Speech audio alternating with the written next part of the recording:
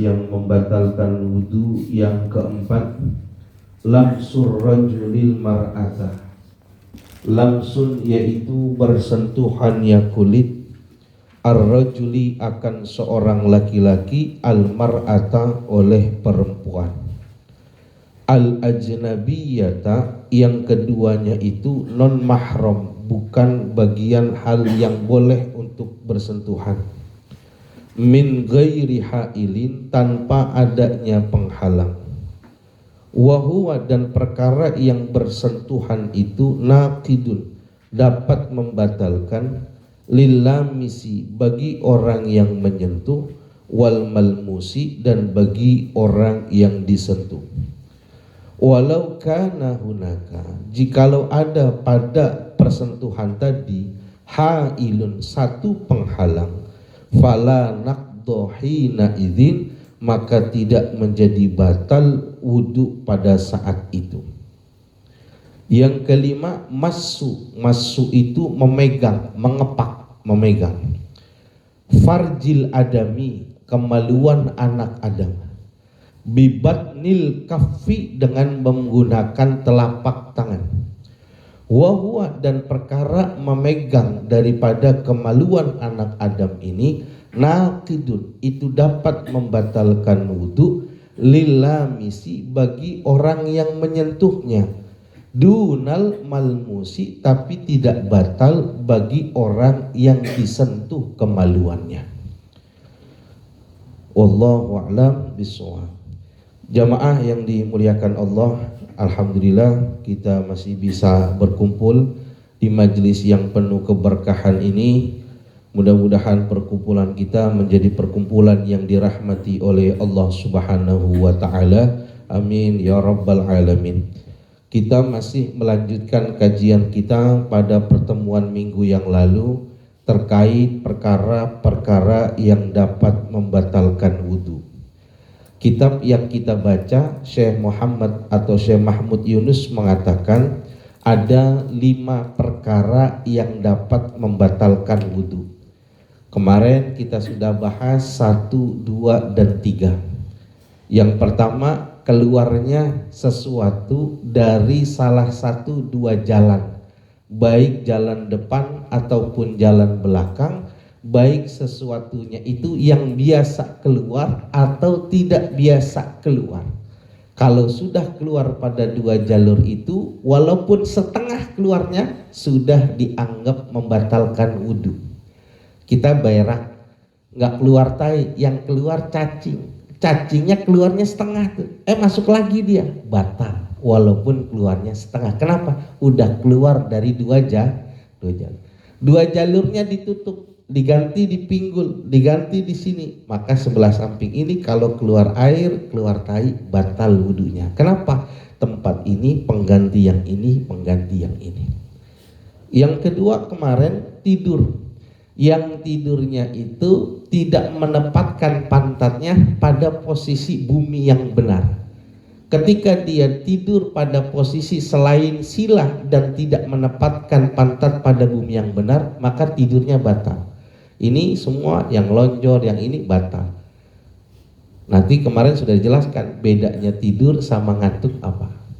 Yang ketiga yang membatalkan adalah bila hilang akal seseorang, baik dengan sebab gila, sebab junun, sebab mabok dan lain sebagainya. Nah sekarang yang keempat dan yang kelima mudah-mudahan bisa kita jelaskan. Apa itu yang membatalkan? Yang keempat itu lamsun, yaitu bersentuhan. Di dalam kategori yang keempat, yang membatalkan itu ada 5 hal yang bisa dirinci. Pertama yang membatalkan itu apa? Bersentuhannya kulit.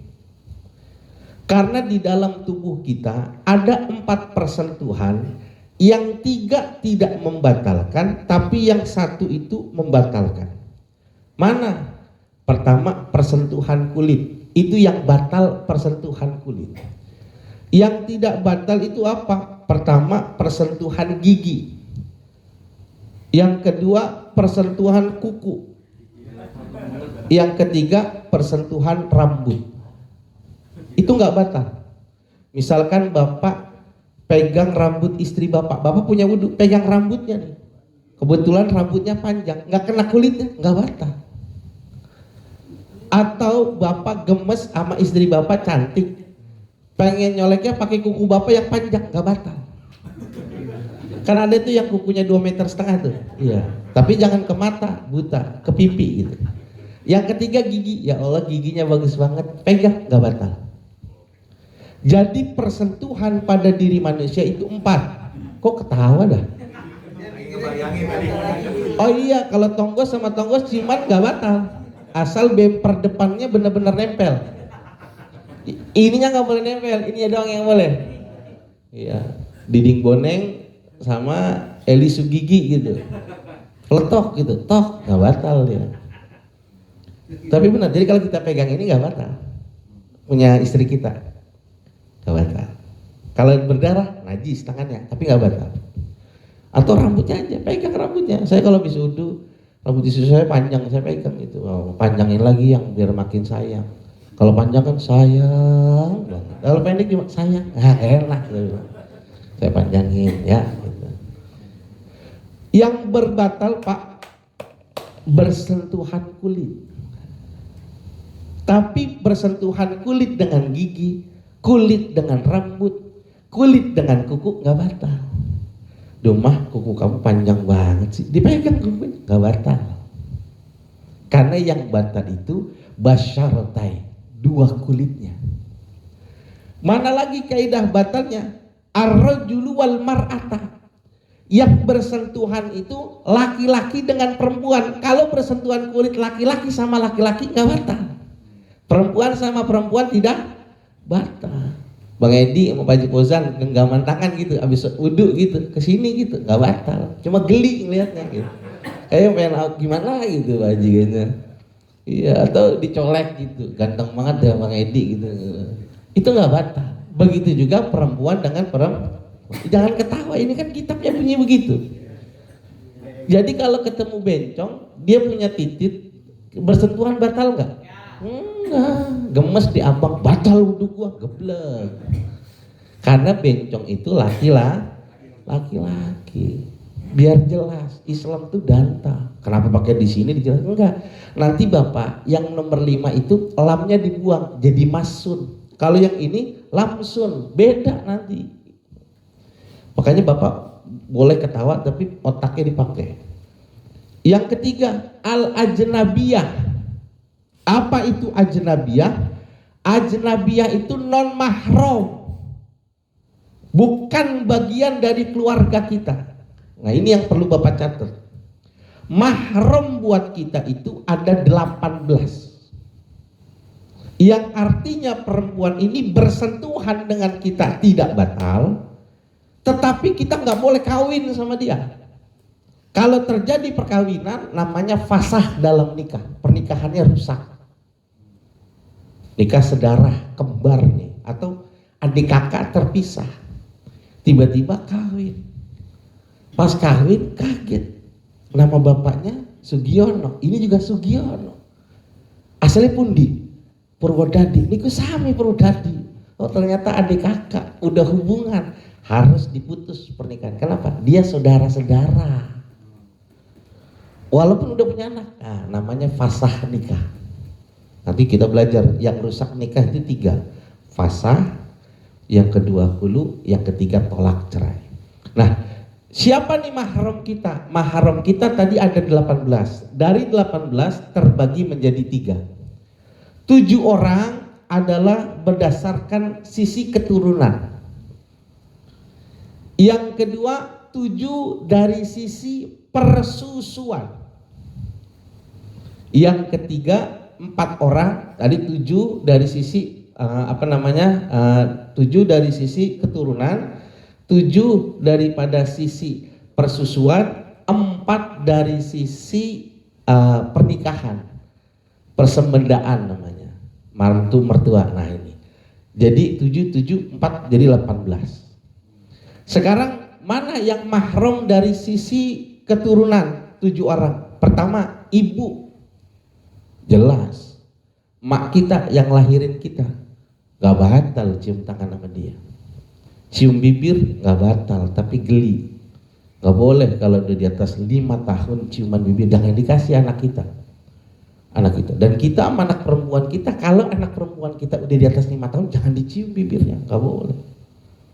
Ini bapaknya gemes anaknya, gemes sama ibunya, gak boleh. Ya, gak boleh. Dan anak kita yang sudah 5 tahun perempuan, jangan dikasih orang lain boleh nyium, gak boleh. Nanti ada penyakit pedofil itu lahir dari sering mencium itu. Jadi bukan 5 tahun, 4 tahun, 3 tahun udah nafsu dia. Jadi kalau punya anak perempuan, pakaiin kerudung, jangan dikasih cium, ini satu cium, jangan dikasih cium. Penyakit pedofilia dari situ. Siapa lagi yang tidak batal? Yang kedua, anak perempuan kita. Dia cium tangan sama kita, kasih sama anak kita. Dia nggak batal. Tapi kita sama ibu kita, sama anak kita nggak boleh nikah. Siapa lagi yang ketiga yang tidak batal? Saudara kita yang perempuan, saudari kita ya, yang perempuan. Dia nggak batal. Bang Edi punya adik perempuan, cium tangan kasih, nggak batal. Karena Bang Edi nggak boleh nikah sama saudara. Yang keempat siapa? Bibi kita dari jalur bapak. Bibi kita dari jalur bapak. Bang Edi punya bapak, bapak punya adik atau punya kakak perempuan, bibi namanya tuh gampang ya. Bibi kita cium tangan sama bibi kita nggak batal. Tapi kalau sama anak bibi batal, sepupu. Kenapa? Kita boleh kawin sama sepupu kita. Tapi kalau bagus jangan. Cari kawin itu yang istrinya kita gregetan. Kalau kita nikah sama sepupu, tahu kecilnya, tahu ingusnya, kencing bareng, mandi bareng, gregetnya kurang, nanti anaknya pas lahir kurang aktif otaknya. Cari yang kita gregetan. Makanya nggak dianjurin nikah sepupu, itu nggak dianjurin. Yang bagus itu nikah loncat antara paman sama ponakan, tapi jalurnya beda. Kayak Sayyidina Ali nikah sama Fatimah, itu paman Sayyidina Ali. Kenapa? Karena Sayyidina Ali sepupunya Nabi. Yang dianjurin kawinnya begitu. Silang. Siapa lagi? Bibi dari jalur ibu kita, nggak batal. Yang keenam siapa? Keponakan perempuan kita dari saudari perempuan kita, dari saudara laki-laki. Bang Edi punya kakak, punya anak perempuan, ponakan perempuan, kita nggak batal salaman sama dia. Kenapa? Kita nggak boleh nikah sama ponakan kita. Yang ketujuh, anak perempuan daripada saudara perempuan kita, keponakan kita dari anak perempuan saudara kita. Kalau tadi dari yang laki. Ini 7 orang. Perempuan ini salaman sama kita, dia nggak batal. Dan kita tidak boleh nikah sama dia. Benar Pak Haji Fauzan 7? Nah, yang 7-nya lagi, ini sebab persusuan. Kalau kita sekarang udah jarang. Tapi pada zaman Rasulullah SAW itu sudah tradisi biasa, ada ibu susuan namanya. Rasulullah itu nyusu bukan cuma sama ibunya. Ada namanya Suwaibatul Aslamiyah. Ada lagi Halimatus Sa'diyah. Ini 2 orang yang masyhur pernah menyusui Nabi. Kalau ada seorang bayi, Pak, anak kita paham kita nyusu sama orang lain selain istri kita, nyusunya 5 kali, dan sekali nyusu kenyang sudah nyampe 5 kali, maka ibu yang nyusui dia itu statusnya ibu susuan. Kalau ibu susuan sama seperti ibu kandung, nggak boleh dinikahi, waktu salaman tidak batal. Akhirnya implikasinya ke bawah sama ini. Anaknya ibu susuan itu saudara, kita nggak batal salaman sama dia. Bibi-bibinya sama seperti kasusnya daripada mandiri. Syaratnya apa? Nyusunya 5 kali, sekali nyusu kenyang. Ibarat kata Bang Edi nitip sama anaknya Pak Haji, sama-sama lagi nyusuin. Disusui nih 1 kali, belum jadi. Besok nyusuin lagi, sampai tidur lagi, 2 kali. Sampai 5 kali dia nyusu, jadi nih ibu susuan. Bisa dipahami? Berarti kalau suami nyusu sama istri 5 kali jadi anaknya tuh? Enggak. Kenapa? Karena syarat persusuan itu bayi yang menyusu itu di bawah 2 tahun. Waktu suami nyusu 2 tahun apa 72 tahun. Ya. Makanya kalau dibilang berarti saya jadi anak istri saya, kagak. Kenapa? Statusnya ente udah di atas 2 tahun dan udah bukan kupak, dikit lagi punah. Ya, iya. Nah itu 7 persusuan. Jadi kayak Nabi sama Halimah tuh Sa'diyah. Halimah ini ibu susuan, maka Nabi cium tangan sama Halimah nggak batal. Halimah punya anak namanya itu Halimah itu punya anak Saimah namanya. Saimah sama Nabi ini saudara susuan. Dia nggak boleh nikah, tapi cium tangan kayak adik kakak nggak batal. Kenapa? Saudara sepersusuan. Bapak yang nyusunya bareng sama sapi, ya saudara sama sapi. Jadi nggak boleh nakal sama sapi, nggak boleh kawin sama sapi. Nah yang keempat nih Pak, dengan sebab pernikahan, siapa yang nggak batal? Pertama yang tidak batal adalah ibu tiri kita, sekalipun sudah bercerai dengan ayah kita. Dia udah hubungan sama papa kita, orang tua kita, walaupun sudah dicerai, dia tetap ibu kita. Kita cium tangan sama dia nggak batal. Yang kedua, siapa lagi? Mantu kita. Kita punya anak laki, nikah sama perempuan. Perempuan itu mantu kita, cium tangan nggak batal. Yang ketiga, yang nggak batal siapa? Mertua kita. Sampai meninggal dunia, sampai kita cerai sama anaknya, kalau sudah disebut mertua, nggak ada bekasnya. Makanya kalau udah pisah sama anaknya, tetap kudu baik sama mertuanya. Yang keempat nih, siapa? Anak istri, anak tiri bawaan daripada istri kita kalau nikah sama janda, dengan catatan ibunya sudah dijima. Ada janda nih, Abang Edi nikah sama Ayu Ting Ting gitu, misalkan nikah jima sama Ayu Ting Ting, Bilqis cium tangan, doakan Bilqis ya kan, Bilqis biar sehat. Nah ini, nah itu cium tangan sama Bang Edi nggak batal. Kenapa? Ibunya udah dijima. Tapi kalau ibunya belum dijima, boleh dia nikah sama anaknya, mau nikah sama ibunya gitu. Pas dilihat, anaknya cakepan lagi gitu. Atau dibalik, mau nikah sama anaknya, ngelihat ibunya lebih cakep, nggak jadi sama anaknya, sama ibunya aja lebih senior, boleh. Tapi kalau salah satunya sudah dijima, anaknya sudah dijima, maka ibunya jadi mertua kita, nggak boleh kita nikahin, kita salaman nggak batal. Tapi kalau kita nikah sama ibunya, anaknya jadi anak tiri kita. Kalau udah dijima. Ini 18 orang yang disebut dengan mahram. Kalau bukan mahram, non mahram dalam bahasa kitab itulah yang disebut dengan ajnabiyah. Orang lain. Nah, tadi syaratnya bersentuhannya kulit. Yang kedua, bersentuhan laki-laki dengan perempuan. Yang ketiga, ajnabiyah, orang lain.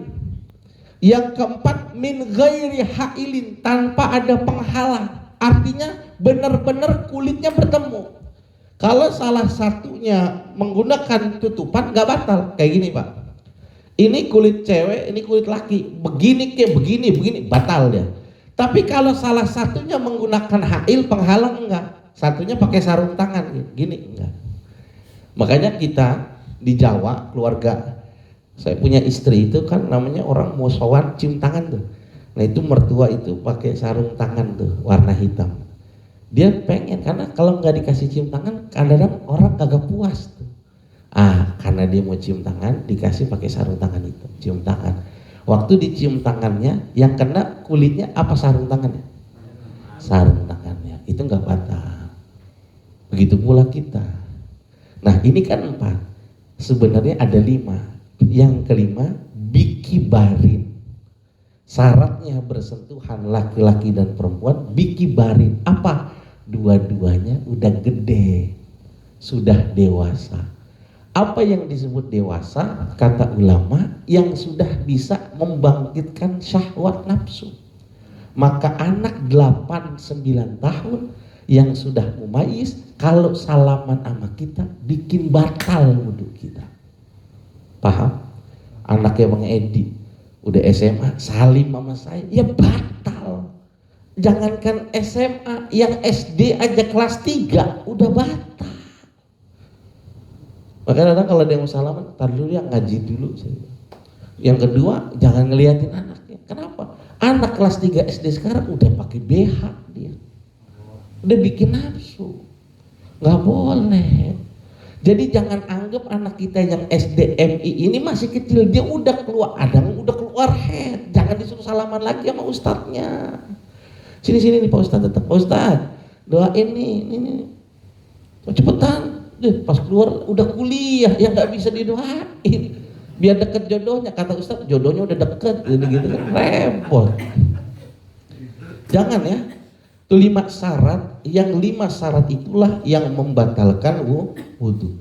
Siapa yang batal wudunya? Wa huwa naqidun lil masi wal malmusi. Yang batal wudunya orang yang nyentuh atau yang disentuh. Kita nggak pengen nyentuh, tapi udah kesentuh, batal. Iseng banget bini kita gitu. Ayo, batal kita. Pegang lagi, batal. Nah pas ketiga baru kita gampar pakai balok. Gua mau sholat dibatalin mau kalau mau nggak batal pegang rambut. Pokoknya kalau nggak disentuh nggak boleh kerja. Udah pintar kita. Iya. Kalau rambut dia botak, misalkan botak dia kan, habis kena kemo ya kan, ambil aja apa sarung tangan pegang. Atau kuku kita panjang, cakep banget dah, pakai kuku aja nggak apa-apa, nggak batal. Atau pegang giginya nggak batal. Walau kana hunaka hailun, tapi kalau pada pertemuan dua kulit tadi ada penghalang, apa saja yang tidak bisa menyebabkan kulit ini bersentuhan langsung, fala naqdohina izin, maka pada saat itu tidak membatalkan daripada wudunya. Bisa dipahami yang keempat? Nah, yang kelima, yang saya katakan tadi, yang kelima sama yang keempat itu cuma beda 1 huruf. Karena beda 1 huruf, kadang-kadang penerjemahannya salah. Ziyadatil mabna tadullu ala ziyadatil makna dalam bahasa Arab. Penambahan 1 huruf itu merubah daripada suku kata yang pernah ada berubah, nggak sama. Dengan lamsun dengan mashun seleda. Kalau lamsun pakai lam, tadi yang keempat itu bersentuhan. Tapi kalau mashun itu artinya memegang. Namanya memegang. Gini nih, mashun nih. Nih, mashun. Tapi kalau begini namanya lamsun. Padahal beda lah, beda. Nanti beda makna. Apa yang membedakan antara mashun sama lamsun itu banyak. Kata ulama, kalau yang namanya mashun memegang itu sendiri juga bisa. Tapi kalau bersentuhan itu harus 2 orang. Yang kedua, kalau yang namanya orang itu bersentuhan, kalau yang bersentuhannya itu sejenis, nggak batal. Tapi kalau memegang, jangankan punya orang lain, punya sendiri aja batal. Karena di sini yang membatalkan apa? Farjul adami, menyentuh kemaluan daripada anak Adam. Kemaluan mana yang disentuh? Ya bagian depan. Kalau perempuan yang dibilang kemaluan itu mana? 2 bibirnya tuh kemaluan. Kalau jidatnya nggak batal dipegang. Jidatnya apa sih? Ini kalau celana dalam diturunin, itu jidat nih namanya nih. Ada bulunya, dia nggak batal. Bulunya dipegang nggak batal. Kita yang namanya laki-laki yang batal itu dari hasyafah sebatang, bijinya nggak batal. Kita gatel pegang biji, nggak kesentuh, nggak batal. Rambutnya nih, kita mau sholat, kita sisirin dulu, pegang nggak batal. Ini pirang nih, habis dipikok nih. Misal kan, kita ngomongin hukum, nggak batal. Dan yang disebut dengan bibatnil kafah begini Pak, Bapak tempel nih, nih lihat tangan saya, sentuh begini, tempel nih. Ini bagian yang terlihat, ini namanya bagian luar, yang terlihat nih. Kalau yang tidak terlihat namanya bagian dalam. Yang batalin kita ini apa? Bagian dalamnya. Tapi kalau kita nyentuhnya pakai bagian luar, kagak batal. Gatel. Burung kita nih gatel. Kita garuk kayak gini, nggak batal. Ingat ya, ini biji nggak batal, rambut nggak batal. Gatal ya gini, termasuk nih, gini nih, gatal nih. Ini ada di sini, kita garuk kayak gini, nggak apa-apa, nggak batal. Kenapa? Ini bagian luar, gatal banget nih. Iya, garuknya gini bapak. Makanya latihan nih kalau garuknya gini. Jadi semuanya ada ilmunya, jangan langsung begini. Nah, yang dibilang batal begini, batal. Tapi kalau gini enggak, gatal nih. Gini. Kalau dikepet takutnya dia marah, main keplak-keplak aja. Biji itu nggak batal. Kita yang batal batangnya.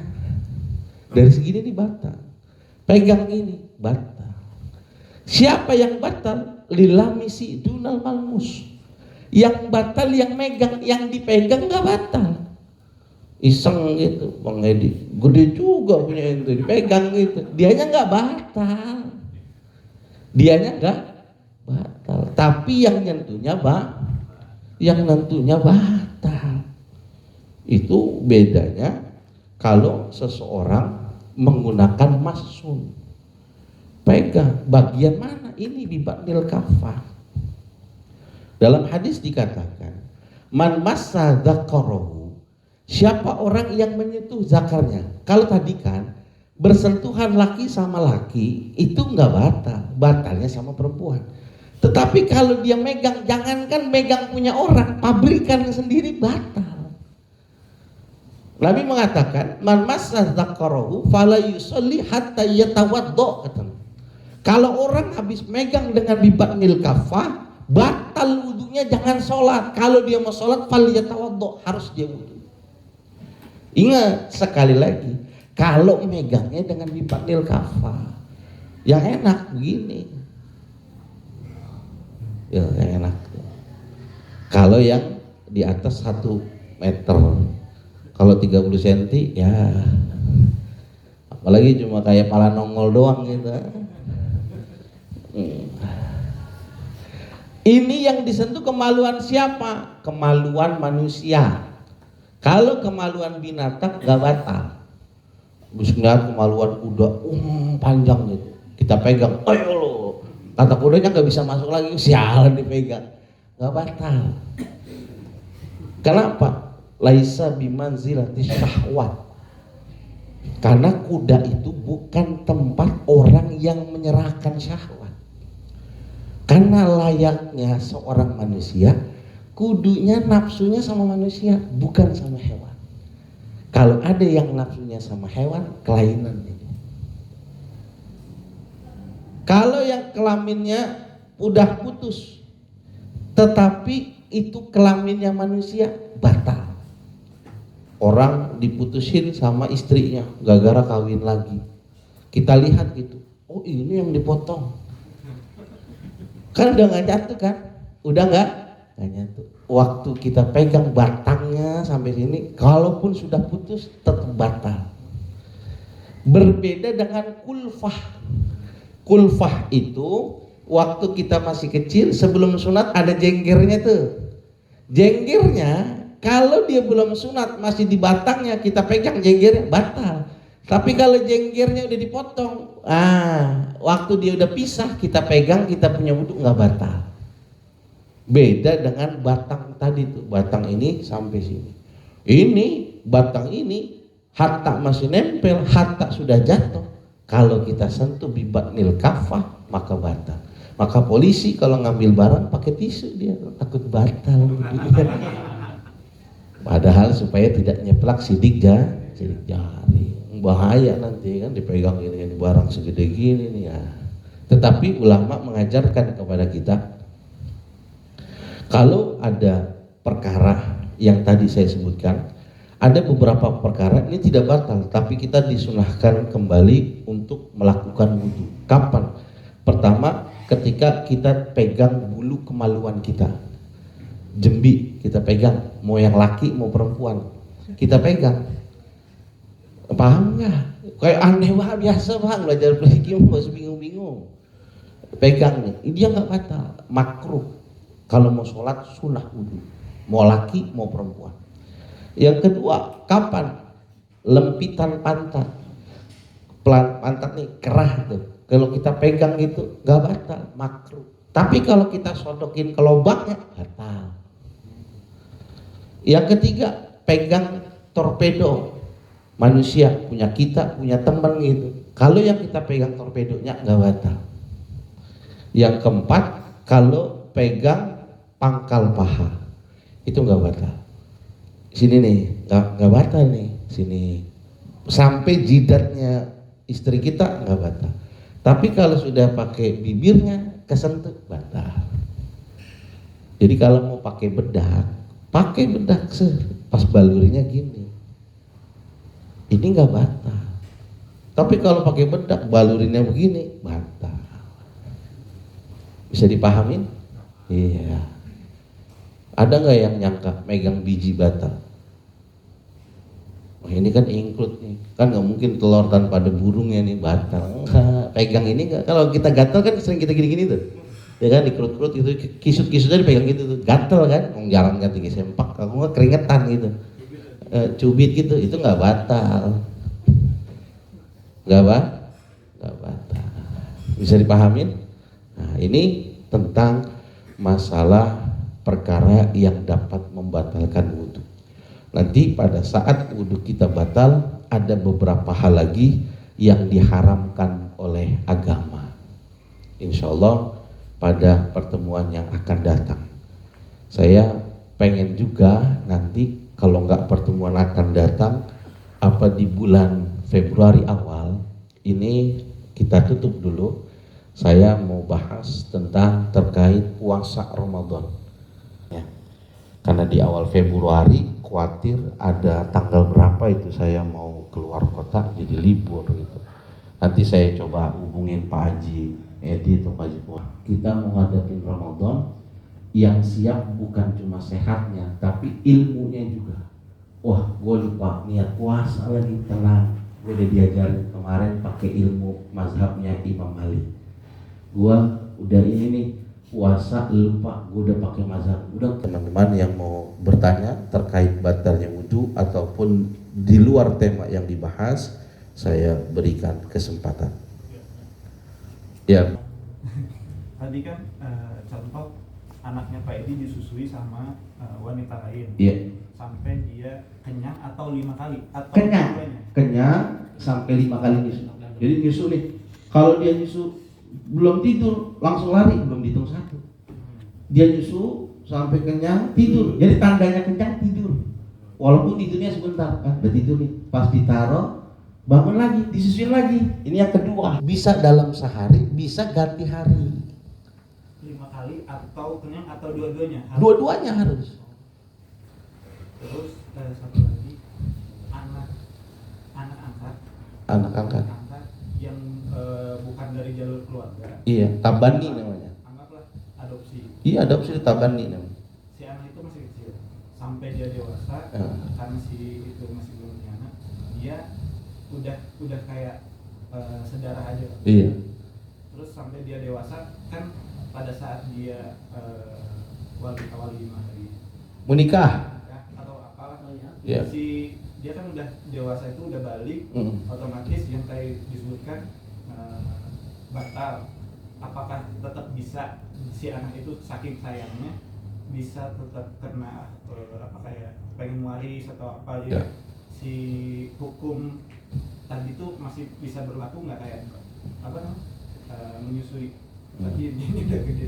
Gini, Bang, jangankan itu anak orang lain, orang yang berhubungan laki dengan perempuan tanpa diikat dengan perempuan, ini nanem nih dia, hamil, baru dinikahin 7 bulan, giliran dia nikahin kan sisanya cuma dapat 2 bulan ya, karena di bawah 6 bulan masa pernikahan itu bukan anaknya dia, walaupun yang nempelin sperma punya dia. Nanti abang harus belajar tentang nifas. Nifas itu bisa menentukan dia ini anak kita atau bukan. Kalau dia bukan anak kita, walaupun kita yang menghamili perempuan itu, kita nggak berhak menjadi wali pernikahan dia, nggak berhak. Apalagi anak angkat. Ini anak angkat nih. tabani namanya. Kita niat ngadopsi dia itu agar mudah-mudahan sayang kita ke dia, Allah kasih keturunan itu. Ketika dia sudah beranjak keluar darah head, dia ketemu sama kita, pertama harus udah pakai kerudung, kedua nggak boleh sekamar, udah beda. Karena nanti dia boleh nikah sama kita, anak angkat boleh kita nikahi. Dia nggak bisa jadi saudara susun, nggak bisa, kecuali diambil dari anak keponakan. Nanti dititipkan susu sama saudara suaminya, supaya suaminya nggak bisa nikah sama anak susuan itu. Tapi kalau orang lain nggak bisa. Namanya orang lain, dia sampai kapanpun nggak bisa dapat wasiat, nggak bisa dapat warisan. Bisanya namanya wasiat wajibah, testament namanya. Pakai akta notaris, tidak boleh lebih dari sepertiga harta. Gitu. Jadi ini anak angkat nih. So ternyata gara-gara ngerawat dia, kita dikasih anak kandung. Anak kandungnya bandel banget, tetap aja yang bandel dapat warisan, yang ini yang nurut anak angkat nggak bisa. Kadang-kadang kan beratnya begitu tuh. Maka dia bikin wasiat wajibah. Walaupun si Leni ini bukan anak kandung saya, anak angkat saya ambil dari panti asuhan As-Saadah, saya ambil. Nanti setelah saya meninggal, tolong berikan sepertiga harta kekayaan saya. Kalau nggak dibikinin testament, ya dia bukan siapa-siapa. Karena statusnya ama bapak angkatnya boleh dikawinin. Itu malah lebih ngeri. Makanya ngambil anak angkat itu bau-bau saudara, ambil ponakan. Supaya apa? Suami nggak bisa nikahin dia. Karena apa? Jatuhnya ke ponakan. Tapi kalau ngambil anak orang lain, masuk SMA, rambutnya pirang, cakep juga nih bocah, dia boleh ngawinin nanti. Gitu. Berarti nggak ada istilahnya langkah untuk si anak ini yang tadi diadopsi masih kecil, masih bayi sampai dewasa udah sama, saking sayang Nggak ada. anak dan orang tua, itu nggak ada hubungan. Nggak ada, walaupun satu kakak nggak ada. Nanti yang saya mau ceritakan Bang Nifas, itu anak buatan kita. Jadi kalau mau dikatakan anak nih Bang, pertama yang dihitung dalam Islam itu setelah akad nikah baru dihitung hubungan sah. Sekarang ada orang nih hubungan hamil perempuannya. Ini yang benar nih, yang aman. Hamil dia. Pas dia hamil, suami laki-laki tanggung jawab. Kalau laki-lakinya tanggung jawab, nikahin dia. Terus hubungan lagi. Dari mulai dia nikah hubungan yang kedua, itu yang dianggap sah itu. Sekarang yang tadi kandungan dia hamil dihitung. Selama dia pernikahan sampai dengan lahirnya bayi, ada nggak 6 bulan? Kalau ternyata dari dia nikah sampai 6 bulan itu ada, maka bapaknya dia ini yang tadi ngambil duluan sah, nanti jadi wali, nanti dapat warisan. Tapi kalau kita nikahinnya nih anak nggak langsung dikawinin, udah sampai 7 bulan baru kita sadar kita kawinin dia. Dari dia mulai kawin ternyata lahir 2 bulan doang. Walaupun itu darah daging kita, secara darah daging anak kita, tetapi secara hukum Islam itu bukan bapaknya, dia anak ibu namanya, ummul walad. Siapa yang nikahin anak ini? Nggak boleh suaminya ini. Kenapa? Karena dia nikahin setelah 7 bulan. Maka yang nikahin nanti wali hakim. Gitu. Itu yang buatan kita. Makanya kalau ada yang nauzubillah habis LKMD ketemu NBA, nikah by accident gitu, buru-buru, nanti pas angkat nikah sampai dia lahir itu berapa bulan anak lu? Untung lahir di atas 6 bulan, berapa? 7 bulan. Lu masih dianggap bapaknya, lu masih bisa membagikan saling berwarisan, nanti lu nikah bisa nikahin. Tapi kalau kurang 6 bulan, maka disitulah orang itu tidak lagi dianggap sebagai orang tuanya. Walaupun buatan dia, apalagi anak orang lain yang bukan siapa-siapa. Dia bisa satu kakak, tapi nggak bisa dalam warisan, dalam hak waris nggak dapat, dalam hak ini nggak dapat. Makanya nih, dalam Islam hebatnya gini. Kenapa hadisnya gini? Idza mata ibnu Adama in qata'a amaluhu ila min salasin. Apabila anak Adam itu meninggal, maka seluruh amal ibadahnya terputus kecuali 3. Apa? Awaladin sholih yad'ulah. Anak yang solih yang mendoakannya. Kenapa menggunakannya waladun? Bukan ibnun.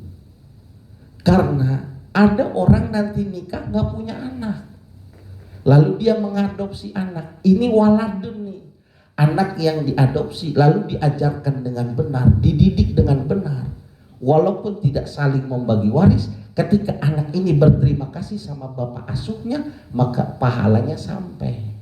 Makanya bapak yang nyumbang ke pesantren jadi bapak asuh bagi anak-anak di pesantren. Waktu anak-anak itu doa, ya Allah, dulu uang siapakah yang pernah saya makan sehingga saya bisa jadi orang sukses? Mudah-mudahan dapat ganjaran pahala. Dapat karena menggunakan waladun solih. Coba diganti ibnun solih. Ibnun harus anak kandung. Hebatnya kenapa diksinya Nabi pakainya waladun? Kenapa? Karena nanti banyak yang mendoakan itu anak-anak tapi bukan anak langsung, anak didik sekolah, anak santri gitu. Aman Bang Imam? Iya. Ya. Terkait yang persusuan tadi.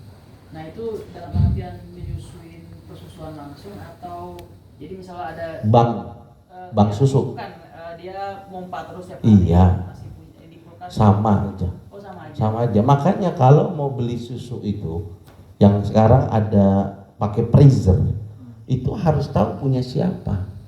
Jadi jangan menganggap nyusu langsung itu harus dari puntingnya. Enggak, air susu yang dipamping dapat miligram itu sama, ditaruh di botol, diminumin sampai tidur sekali minum.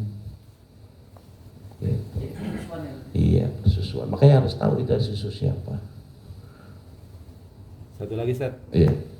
kalau yang tadi menyambung imam ya, dia kan apa sudah dinikahkan nih, dari apa? Baik eksiden. Eksiden. Nah itu apa perlu dinikah lagi setelah lahiran anaknya gitu? Nggak perlu. Saya pernah ada dengar. Nggak perlu, sudah. Makanya nanti kenapa darah nifas itu dia masa paling lamanya 60 hari, 2 bulan. Nanti kaitannya sama anak di situ.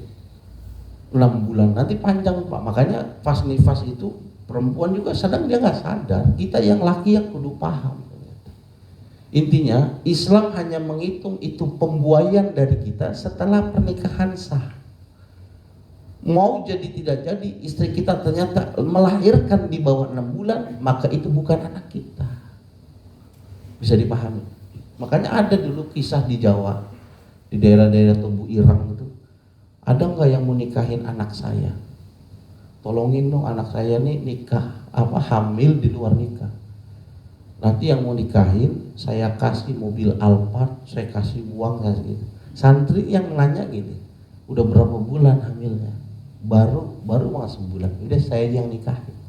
Waktu dia nikahin, just nyampur sama sperma dia. Waktu lahirannya lebih dari 6 bulan, maka itu jadi anaknya dia. Tapi kalau pas dia nikahin, lahirnya di bawah 6 bulan, walaupun dia yang nikahin, bukan anak dia, anak ibunya. Gak kelihatan gitu. Nah itulah jadi pentingnya agama gitu. Gak perlu dinikahin ulang. Berarti dia menganggap nikahan pertama rusak gitu. Gak perlu. Dan bisa dikomparasi dengan hukum pernikahan di Indonesia. Itu demikian yang saya pahami. Ada lagi? Jangan pusing, ngaji mah yang enak, santai, bawa kopi. Kalau untuk kemaluan pakai alas Gak batal. Oh enggak. Ente pakai sarung tangan nih, begini aja ya kan nggak langsung boleh. Itu mah jangan ke tangan ente, tangan Bang Edi pakai sarung tangan pegang nggak apa-apa, menajis. Nggak. Jadi kan basyarat langsung gitu. Kalau nggak langsung pakai penghalang, pakai sarung tangan, pakai waslap nggak batal. Sarung tangan kiper kan? Boleh. Tapi umumnya nempel. Ada di gini-gini. Iya. Kalau rinci-rinci mah yang warna biru. Udah ya? Mudah-mudahan ada manfaatnya. Besok kita bisa sambung lagi apa kajian puasa atau ini nanti saya berkabar. Subhanakallahumma wa bihamdi asyhadu an la ilaha illa anta astaghfiruka wa atubu ilaik. Assalamualaikum warahmatullahi wabarakatuh. Waalaikumsalam warahmatullahi wabarakatuh.